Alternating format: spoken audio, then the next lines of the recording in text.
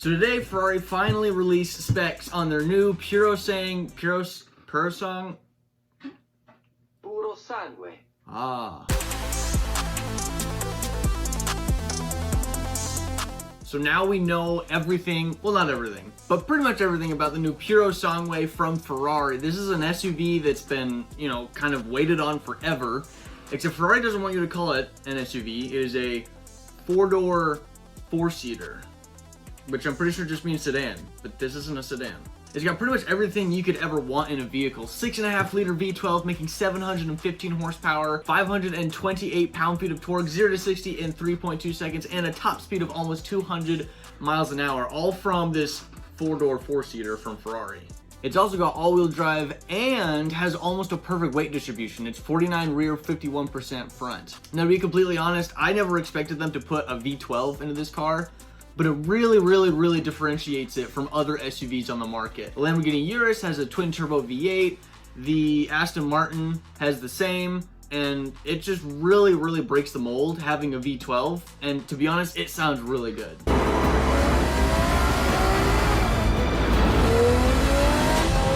Now, I was kind of worried about how Ferrari was going to style it. I wasn't sure how well their philosophy around styling sports cars was going to go into an SUV. And to be honest, I haven't been a huge fan of recent Ferrari designs.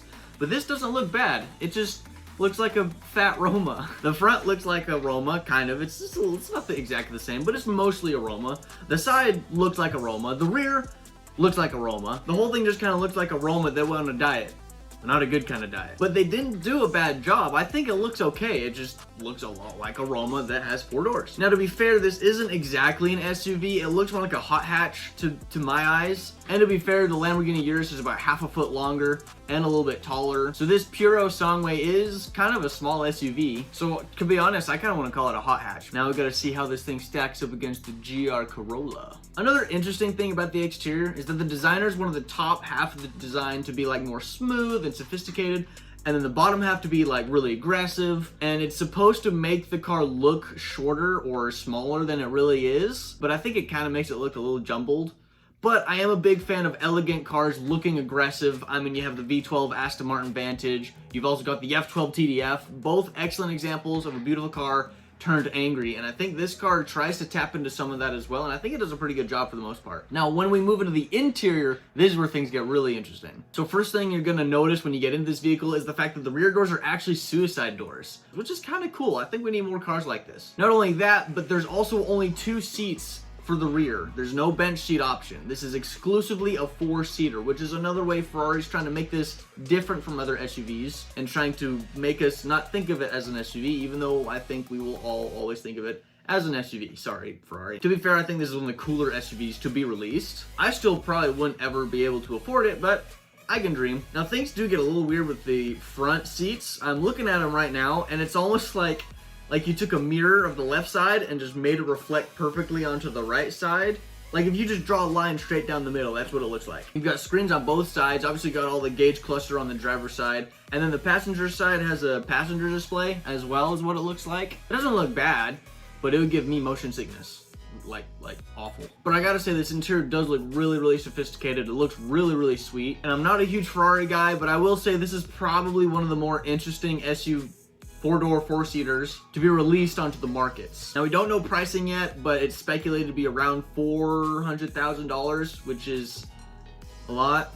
That's more expensive than pretty much every single car Ferrari has on sale right now, with the exception of the SF90 and like some special edition models and stuff. But we don't know exactly for sure. Now, Ferrari assures us that it's gonna handle really well like a Ferrari should. In fact, they have some crazy suspension technology with like electric motors on each end, and this eliminates the need for sway bars, which is really cool. Not only that, but the rear wheels can also like angle themselves independently from each other. I think this is also the system on the 812 Competizione, which is kind of cool. It also gets all the newest technology and software updates from Ferrari about all the, stability control, traction control, and all that stuff. It's got a lot of drive modes as well. It's got ice, wet, comfort, sport, and ESC off. So if you notice, there are no off-road modes for this car, and I think Ferrari's trying to say something. Well, I think Ferrari's trying to say something with his entire car. It also has a very similar all-wheel drive system to the one in the GTC 4 Lusso, meaning that the all-wheel drive system kind of turns off in the higher gears, which, to be honest, at that point, all-wheel drive isn't doing much for you anyways. Another cool thing is that this car is made up of carbon fiber and aluminum, and it helps it achieve a dry weight of 4,482 pounds, which in comparison to the Urus, the Purosangue weighs almost 400 pounds less than the Urus. Now that's assuming you check all the boxes for the lightweight options,